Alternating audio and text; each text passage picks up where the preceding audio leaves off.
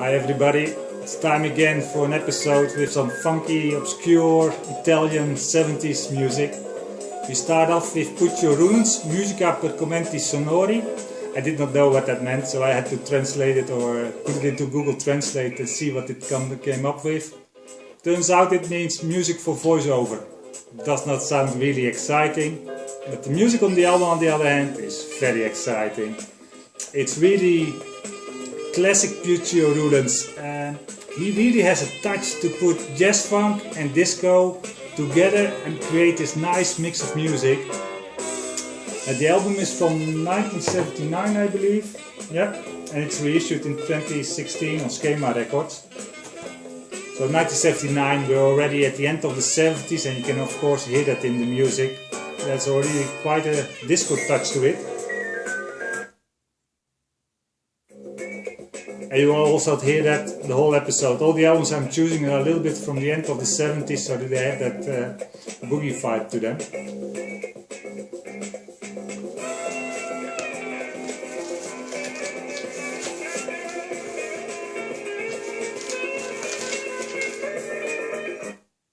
And the next one is a tip from Tim. I did not notice it when it was released, this album. It is Rhythmical Movement by Stelvio Cipriani. He did some great also soundtracks, but this is a library album.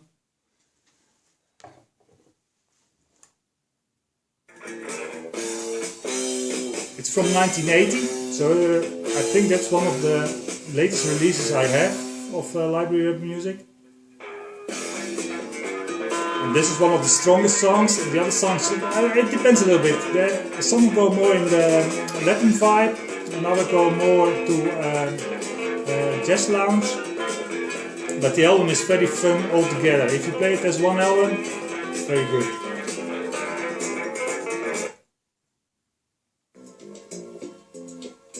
And of course, when you see this cover, this shiny silvery cover, you have to think of another album, because that is immediately what I thought when I saw this cover. And I had to pick that one also, of course.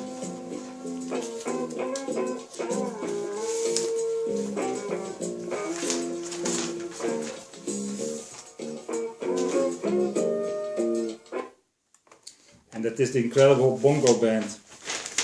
And the fun thing is, you don't have to always look for this cover. It has also been released with this cover. And if you're lucky, the guy who's selling it did not recognize that and put it up, or that's what happened for me. I got this one for quite a good price compared to the original one. I will play not a part, because that would be too obvious. This is, believe it, not only bongos. The next song is called Last Bongo in Belgium. Here there are also different instruments. And I must say, this album in this way, it's very fun. It's actually quite a nice album to just listen through and through. And as it mentioned Belgium, I had to take a library album from Belgium. In Belgium it's not that big of music community in the 70s which was making this kind of music. But there was one group of studio musicians in Brussels who I think played on loads and loads of albums. And this is a great example. It's called La Bamba, super funky discotheque. It looks almost like a standard, it could have a stamp, as seen on TV or something. But that it would be a mistake to leave this one in the bins. So the first song is of course clear. La Bamba. It's from, when year was this released? It does not say, but I think something like 75 or something. And it is also released in different covers, different titles. You really have to look at the song text.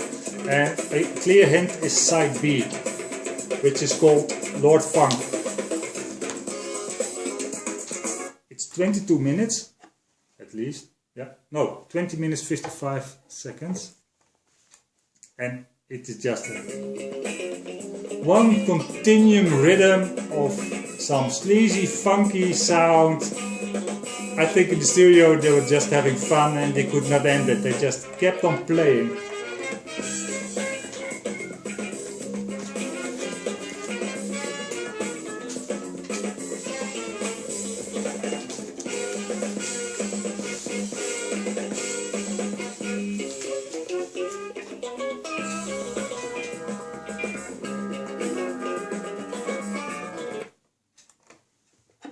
And the last album is a new reissue, or it's actually a compilation, I think. It's called O.R.M. O.R.M is a group from Czechoslovakia. There are two producers.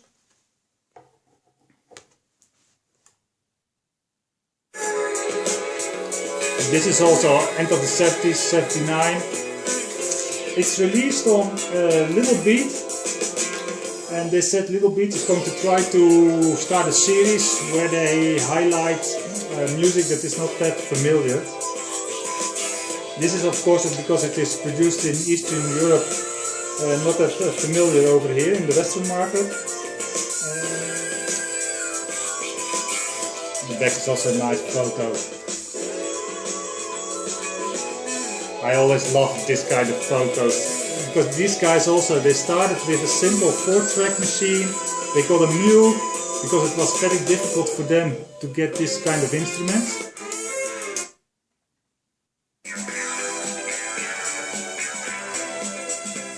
And there's also a nice interview with them on the inlay, which explains a little bit where they're coming from, how they created music, which hurdles they had to take. But it's a fun little compilation of the music they did between 1979 and 1984. That's already the last album. I hope you enjoyed this episode. See you next time. Bye bye.